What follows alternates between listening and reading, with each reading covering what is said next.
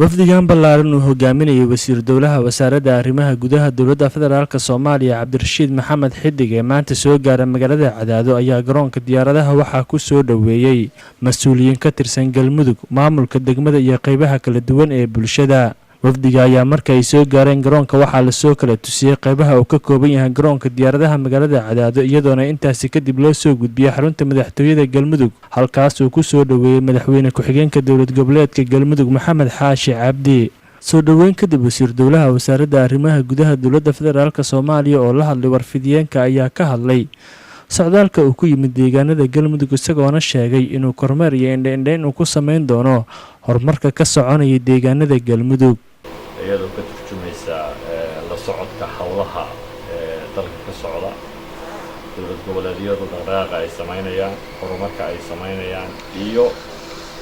isku tashiga shacabku isku tashanayo xilligan adag duruufo badan ay dalka ka jiraan ayay maanta noo suura gashay inaan nimaadno halkan aan hadda joognay magaalada Cadaado. dabcan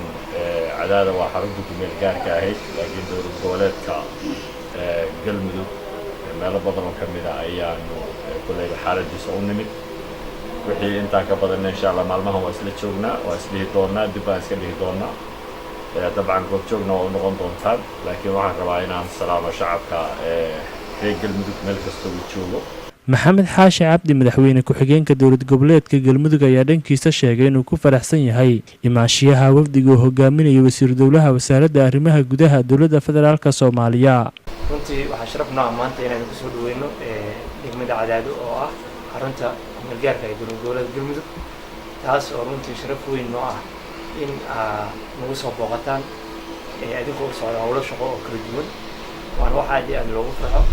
waxaan idin leenahay mar labaad iyo mar saddexaad ku soo dhawaada degmada Cadaado runtii bulshada reer Galmudug gaar ahaan bulshada Cadaado waxay diyaar u tahay inay soo dhaweyso gacantooda ku soo dhaweyso. inta wafdigan ay ku sugan yihiin Galmudug ayaa lagu wadaa inay ka qayb qaataan xarig jarka